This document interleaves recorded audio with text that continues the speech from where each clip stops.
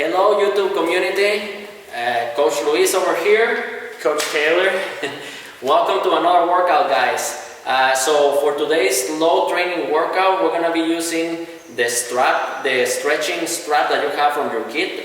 So it's basically a very simple tool that OPTP has, and it's just a strap that has holes, and it allows you to go into narrower or wider settings of holding the band.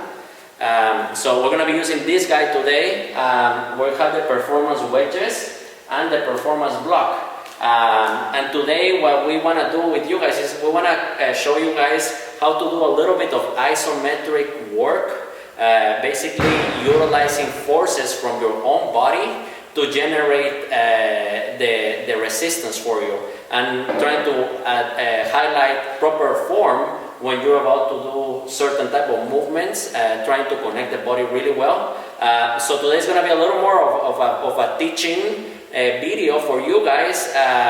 So we're going to show you guys how we do these different exercises and try to give you a little more of feedback on what we're trying to do there. And then the goal for the exercises that you're going to see us doing is for you to be able to complete 5 rounds of those exercises, applying the concepts that we're going to teach you right at the beginning. I don't know if I'm missing anything. No, I think that sounds good. I mean, yeah, it's just going to be focusing on form, tension, so make sure you're squeezing those muscles.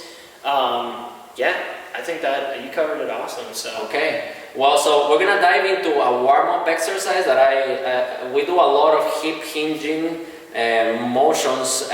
Both of us, we try to teach how much value there is on learning how to do that correctly. Because it's such a simple motion that actually, if you do it incorrectly, it can backfire a lot of bad type of form in your body. Yeah. So I think this is a very important thing that you can actually incorporate a lot when you're doing warm-ups, hip hinging movements. So with that said, so for today, Taylor, we're going to be holding the band kind of on this setting. So a little bit wider. If for some reason it feels a little bit narrower. If it feels too narrow for you, just literally move your hand, one of your hands to another hole and make it a little wider. So kind of play with that right now. We're kind of on a middle section over there, and we're going to use the wedges. We have the wedges kind of with the lean part pointing at us and the thicker part of the wedges outside, and we have them on a hip width apart, and what we're going to be doing is we're gonna bring the band over our heads and try to keep the position of the band a little towards the back of your head, right there where you feel like, okay, stretching the front of my chest, and just get that nice sensation. And from there, we're going to bring the elbows down, maintaining the tension on the strap, and that's going to activate our back muscles really well right now. So everything is firing there, and from there we're just going to do a hip hinge motion. So hinging from your hips, you can slightly bend on your knees if you want to, keeping your head in that same position, and just stretch it right there, holding it a couple of more seconds, and then going up again. So we're going to go for 5 of those, maintaining that tension. You should feel like your muscles on your back and even your shoulders are starting to burn a little bit. Yep, I'm feeling it. Those hamstrings, those glutes. Yeah. So this isometric work, we're just using the pulling sensation that we have on that strap, and that's firing, activating our back muscles.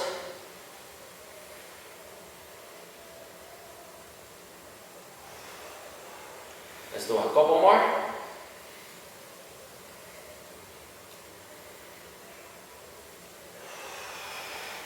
One more.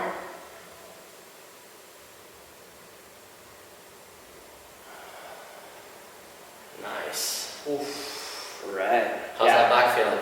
Good. I was actually like shaking. Yeah. You know, if you're pulling. Exactly. You should be feeling some kind of shaking sensation, because your muscles are communicating with each other to maintain the tension that you're trying to provide there. So if you feel any type of shaking, that's a good thing.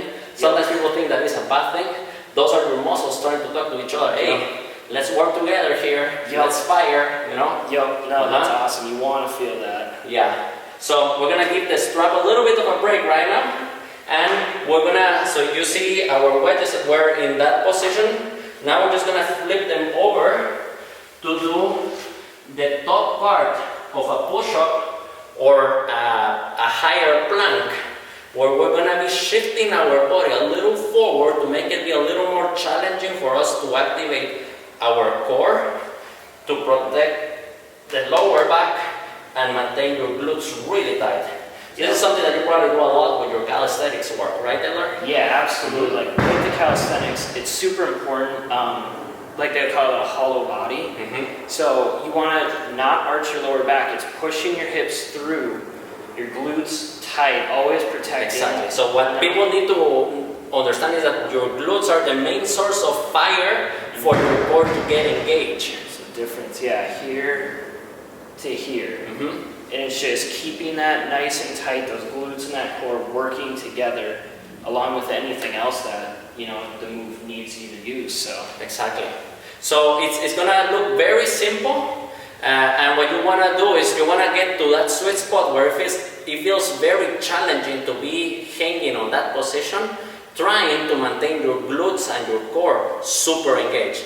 So we're not gonna make it too complicated in terms of length. We're just gonna hold 20 seconds. So once we get into that position, just count in your own brain 20 seconds and then go back. And the main thing is during those 20 seconds, you're trying to maintain as much tension on your glutes and your core as possible.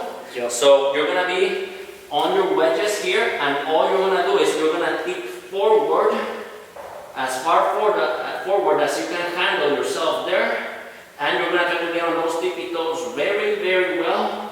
And once you get on that position, let's start counting for 20 seconds. Yep, keep those glutes tight, core tight, keep pushing those hips forward. Get some more shaking going. Yeah, there's a lot of shaking going on here. I'm gonna do 7, 6, 5, 4, 3, 2, and 1. Woo! Alright. Oh man. Yeah, that's good. Yeah, right? Okay, so we're gonna give that a little bit of a break now to move to a deadlift, isometric deadlift, with your band again. So this is a very simple exercise that will teach you guys how to fire your deadlift motion. So if you're gonna pick a very heavy object from the ground, how to activate the posterior muscles of your legs, keeping a proper motion from your hips to get low and then to generate forces from there. So this strap, believe it or not, is very strong. And again, you're gonna try to find a setting that feels comfortable for you. I have basically 2 holes on each end right now. Yep, me too. If it feels like you're too low over there, just open yourself to another hole. And what we're gonna do here is we're gonna be on top of the strap, and we're gonna try to have the heel stepping on that position, on that strap right there, and your hips are just gonna be a little wide there, a tiny bit wider than your hips. And from there, guys, we're gonna do a 10-second deadlift hold. So what I want you to do, Taylor, is I want you to feel like you're pulling about 80% of your maximum pull capacity. So you're gonna go hard, but you're not gonna go all out, and you're just gonna count 10 seconds while you're doing that. All right. And watch how our backs are positioned right there. So yeah, you don't want to round it. You want to, with this one, flatten that back out. Yeah.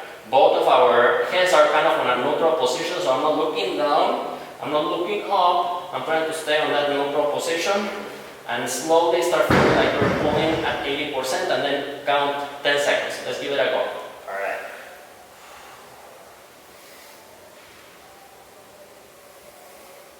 5, 4, 3, 2, 1. Alright. I was feeling my back, my glutes, just same thing. You feel them shaking, you feel them. Exactly. You know? And that allows you to understand what muscles are firing if you are doing a deadlift with an Olympic bar, or doing that type of an exercise with a more complex type of a setting. Yeah. So this is a very good way of understanding how you do that motion properly. Yeah, I mean, you're building strength, you're building that mind to muscle connection, building that foundation, you know, that what this is all about. So, you know, if you want to go to the barbell, then you can and feel confident in it.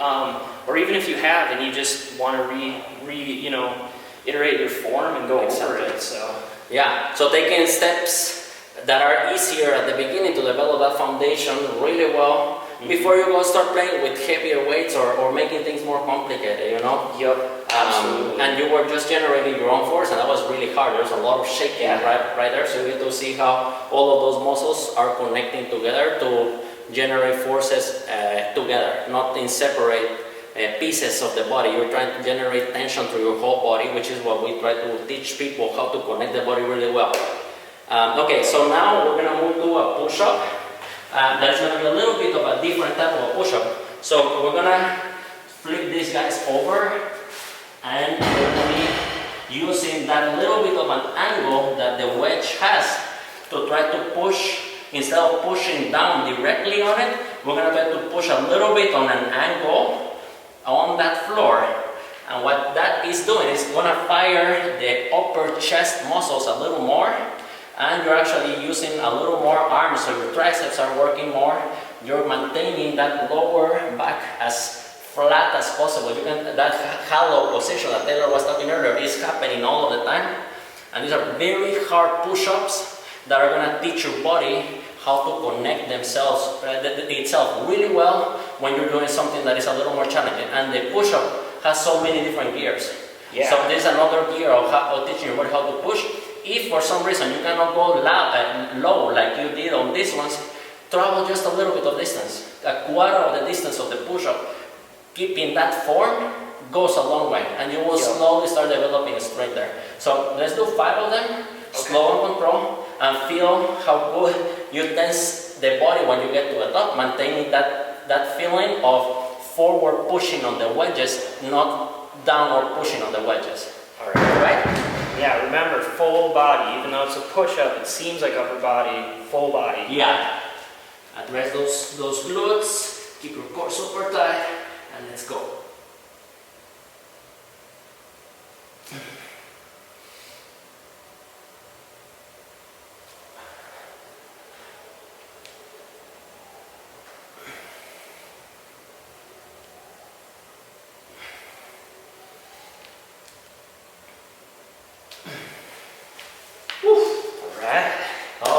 More shaking. Yes.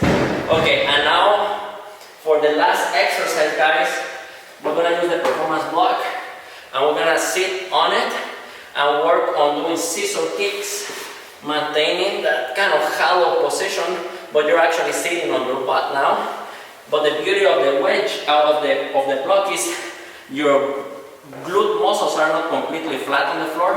So there's going to be a little bit of that instability happening. That's going to fire your core a little more while it's supporting your tailbone. So let's just do 20 kicks right there, maintaining that feeling of the core firing really well. Okay, ready? Yep, let's go.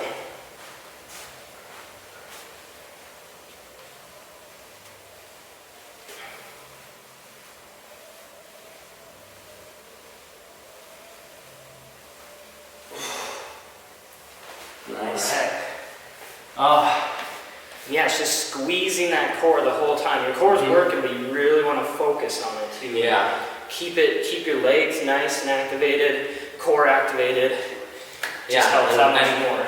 And kind of understanding that your core is working way harder because you're not completely flat on the ground. Yeah. So that's the beauty of that pro right there. Is like it's gonna fire that core a little extra for you. Yeah, I mean you're gonna hit different muscles than you would, more muscles than you would if it was on the floor. Yeah. And sometimes for people that have a little bit of a tender tailbone, this is a great pro that is gonna kind of save that pressure that you put from the hard floor on the tailbone when you're trying to do that type of core work. So, okay guys, so that's basically, those are the exercises that we want to highlight this week. What you want to do is you want to hit for 5 rounds of what we just did focusing on that isometric type of work, generating tension from your own body really well, and trying to find how much of a connection there is on the core with a lot of these exercises, and keeping good form.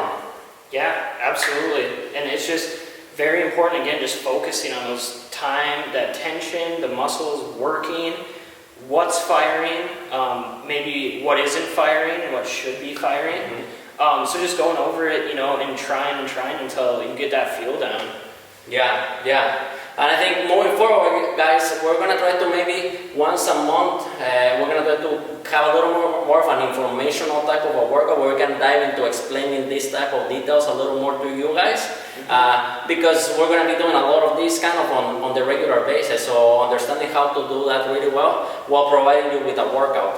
All right? Absolutely, yeah. Awesome. Okay. Yeah. Awesome job. We'll be back next week, guys. All right, keep the good workout, guys. Yes.